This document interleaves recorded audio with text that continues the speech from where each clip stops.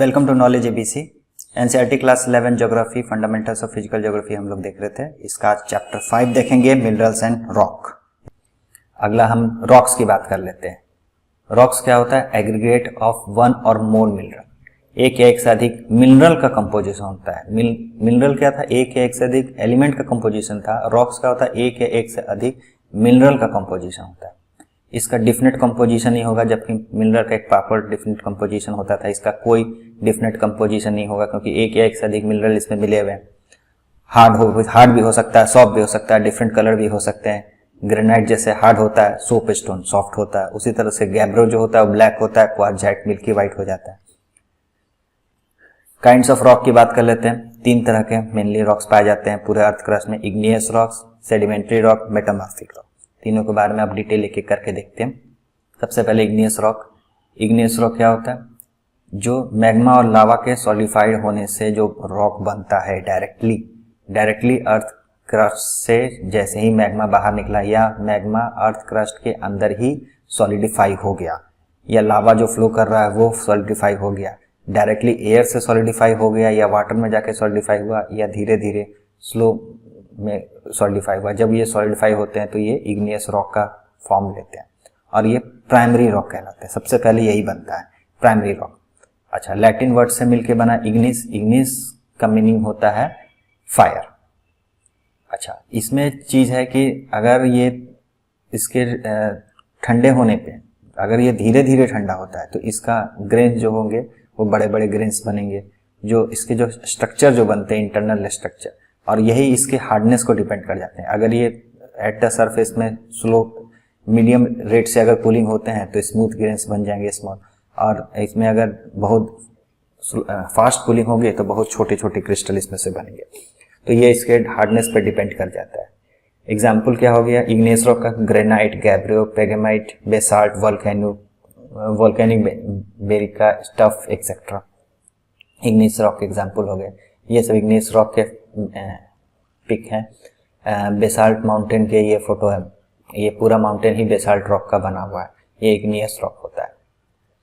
Sedimentary rock की बात कर लेते हैं। लैटिन वर्ड से मिलके बना है सेडिमेंटम, जिसका मतलब होता है सेटलिंग। अच्छा, सेडिमेंट्री रॉक होता है जो कि जम के बनता है। धीरे धीरे कहीं से रॉक और सेडिमेंट आके एक जगह पे जमते जाते हैं, तो उसके बाद धीरे धीरे वो रॉक का फॉर्म ले लेता है, तो उसको सेडिमेंट्री रॉक कहते हैं। इसमें एक चीज टर्म आती है लिथिफिकेशन। लिथिफिकेशन को समझते हैं। सबसे पहले कोई भी रॉक है, इग्नियस हो, सेडिमेंट्री हो, मेटामॉर्फिक हो, किसी भी तरह का रॉक, उसका धीरे धीरे डेनुडेशन होगा। डेनुडेशन का मतलब हो गया कि धीरे धीरे उसका अपर लेयर धीरे धीरे वो क्रैक्स होंगे, वो टूटेगा, ब्रोकन अप होगा। ब्रोकन अप हुआ किसी भी फैक्टर से ब्रोकन अप हो सकता है, बारिश से हो सकता है, ग्लेशियर से हो सकता है, बाढ़ आ गया हो सकता है, या फिर बहुत समय से सन की गर्मी से एक्सपेंशन, कॉन्ट्रैक्शन, इस सब से कारण क्या, या बायोलॉजिकल फैक्टर का किसी भी तरह से वो ब्रोकन अप अगर हो गया, फिर धीरे धीरे वो कहीं ट्रांसपोर्टेड होते जा रहा है पानी के द्वारा, हवा के द्वारा, किसी, उसके बाद कहीं पे वो डिपोजिट होते आ रहा है। डिपोजिट होने के बाद वो धीरे धीरे और भी डिपोजिट होते चल गया, फिर उसका कॉम्पैक्शन होते जाएगा, मतलब एक के ऊपर एक जमते जाएगा, धीरे धीरे वो रॉक का फॉर्म ले लेगा। इस पूरे प्रोसेस को लिथिफिकेशन कहते हैं। तो लिथिफिकेशन कहाँ पे होता है? तो सेडिमेंट्री रॉक में लिथिफिकेशन होता है। इसमें लेयर्स ऑफ डिपॉजिट जो होता है, जो लेयर बाय लेयर जो डिपॉजिट होंगे, वो सारे लेयर्स अपना कैरेक्टरिस्टिक रिटेन रखते हैं। मान लेते हैं कि सबसे पहले किसी एक पार्टिकुलर रॉक का सेडिमेंट आके जमा, तो उसका कुछ और प्रॉपर्टी होगा। नेक्स्ट टाइम उसके ऊपर का जो लेयर जमा वो कुछ और होगा। तो अपने अपने प्रॉपर्टी ये बरकरार रखते हैं। ऊपर वाले पिक में सेडिमेंट्री रॉक का एग्जांपल कैसे लेयर बाय लेयर इसमें जमा हुआ, लेयर बाय लेयर इसमें जमते जाते हैं। और सेडिमेंट्री रॉक में ही फॉसिल्स पाए जाते हैं। जैसे ये कोई सी डायनासोर के किसी का फॉसिल है, ये रॉक में ही जम गया होगा, मर गया होगा, तो ये उसका ही फॉसिल जितने होते हैं वो सब सेडिमेंट्री रॉक में ही पाया जाते हैं। अगला है क्लासिफिकेशन ऑफ सेडिमेंट्री रॉक। तो 3 तरह का इसका क्लासिफिकेशन। मैकेनिकली फॉर्म्ड, जो किसी मैकेनिकली हो, मतलब कि ऑटोमेटिक प्रोसेस से कहीं पे कंप्रेशन, कंपैक्शन के द्वारा ये धीरे धीरे आके जमा हो, जैसे कि sandstone, conglomerate, limestone, shale, loess et cetera. Mechanically मतलब एयर, विंड के द्वारा, वाटर के द्वारा, ग्लेशियर के द्वारा ये आके जमा हो, तो इसको मैकेनिकली फॉर्म सेडिमेंट्री रॉक कहेंगे। फिर होता है ऑर्गेनिकली फॉर्म्ड। ऑर्गेनिकली फॉर्म मतलब कि ये किसी न किसी ऑर्गेनिज्म से रिलेटेड है, जैसे ग्लेशियराइट, चाल्क, लाइमस्टोन, कोल। पेड़ों के जमने से, पेड़ अगर बहुत ज़्यादा मात्रा में कहीं जंगल है, जंगल के जंगल अगर किसी भूकंप में दब गए, वोल्केनो से दब गए या फिर किसी अर्थक्वेक में दब गए, तो वो पूरा का पूरा पेड़ कोल का फॉर्म ले लेंगे। उसी तरह से जो लाइमस्टोन है ये कोरल्स के जमने से बन जाते हैं। उसी तरह से हो गया, अगला हो गया केमिकली फॉर्म। केमिकली फॉर्म किसी न किसी केमिकल का उसमें एसिड, वाटर कंटेंट में अगर एसिड का मात्रा बढ़ गई या कम हो गई तो धीरे धीरे डिपोजिट होते हैं, जैसे लाइमस्टोन, हैलाइट, पोटास। ये वाटर के द्वारा फ्लो हो के अगर कहीं लाइमस्टोन के से फ्लो होता है तो वो धीरे धीरे इसका जमने लगता है। तो ये 3 तरह के सेडिमेंट्री रॉक हो गए। अगला देखते हैं मेटामॉर्फिक रॉक का। तो मेटामॉर्फिक रॉक में क्या होता है, इसका चेंज ऑफ फॉर्म होता है। ये किसी भी रॉक का, इग्नियस हो चाहे सेडिमेंट्री रॉक हो, अगर ये अर्थ के अंदर हाई प्रेशर और अर्थ के मैग्मा के कांटेक्ट में आ जाए या फिर उसके डायरेक्टली कांटेक्ट में आ जाए, इनडायरेक्टली कंपेयर, मतलब कि हाई टेम्परेचर और हाई प्रेशर में किसी भी रॉक का अगर केमिकल स्ट्रक्चर या फिर कंपोजिशन अगर चेंज हो जाता है तो उसको मेटामॉर्फिज्म कहेंगे। ये जो प्रोडक्ट बनेगा उसको मेटामॉर्फिक रॉक कहेंगे।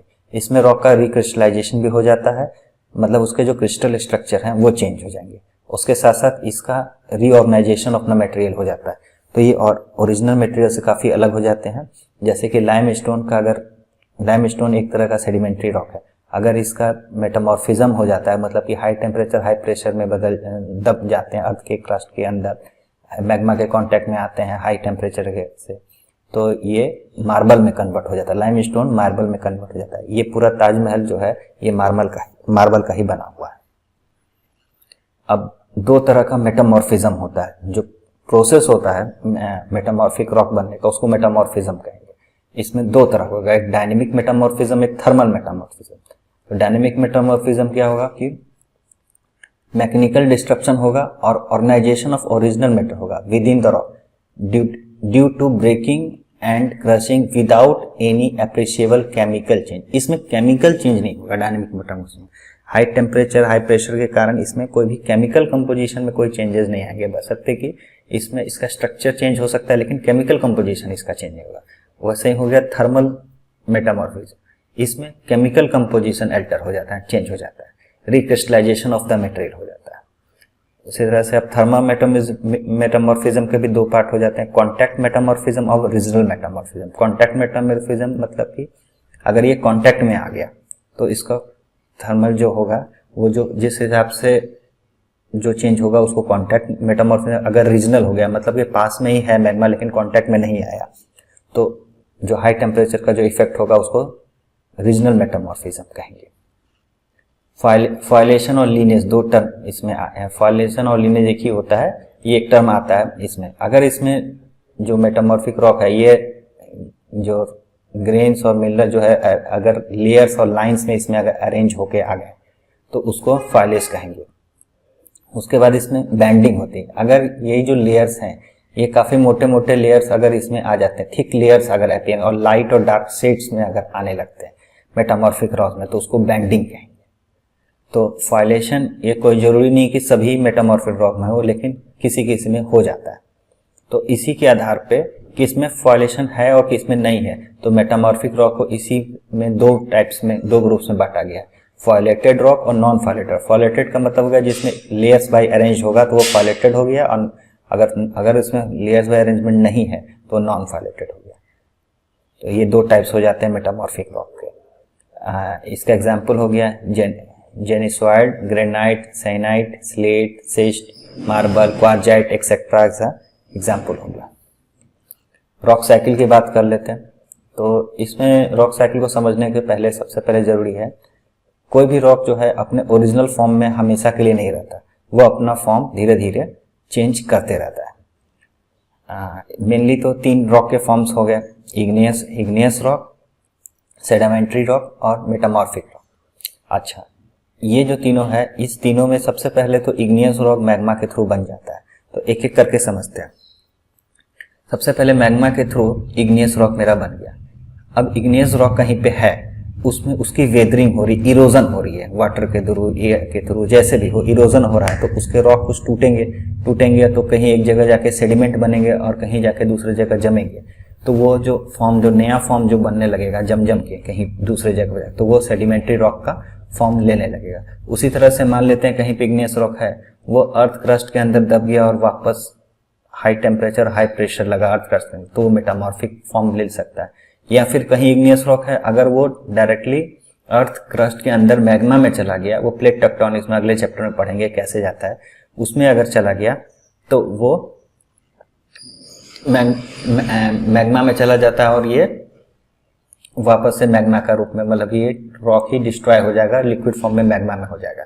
तो ये अपना रूप सेडिमेंट्री रॉक और मेटामॉर्फिक रॉक दोनों में चेंज कर लेता है। उसी तरह अब सेडिमेंट्री रॉक की बात कर लेते हैं।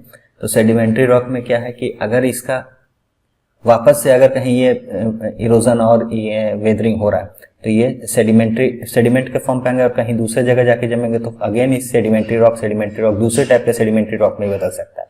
अगर हाई टेम्परेचर हाई प्रेशर में अगर आ गया अर्थ क्रस्ट में, तो ये मेटामॉर्फिक फॉर्म पे ले सकता है। अगर ये डायरेक्टली अगर अर्थ क्रस्ट के अंदर चला गया मैग्मा में, तो मैग्मा का फॉर्म ले लेगा और फिर ये इग्नियस फॉर्म, कहीं अगर निकलता है मैग्मा तो जमता है तो इग्नियस फॉर्म का रॉक का फॉर्म ले लेगा। उसी तरह से मेटामॉर्फिक, अगर इसका भी उसी तरह से इरोजन और वेदरिंग होता है तो सेडिमेंट्री रॉक में ले लेगा। अगर इसका मेटामॉर्फिक रॉक अगर वो मेल्टिंग होकर अगर मैग्मा में चला जाता है तो ये वापस इग्नियस रॉक में। तो ये रॉक साइकिल आपस में घूमते रहते हैं, चेंज फॉर्म करते रहते हैं। अगला देख लेते हैं, मल्टीपल चॉइस क्वेश्चन है जो इसके लास्ट में क्वेश्चन है, वो सब देख लेते हैं। Which of the following are the two main constituent of granite. तो ग्रेनाइट में कौन कौन से टू मेन कंस्टिट्यूएंट होते हैं।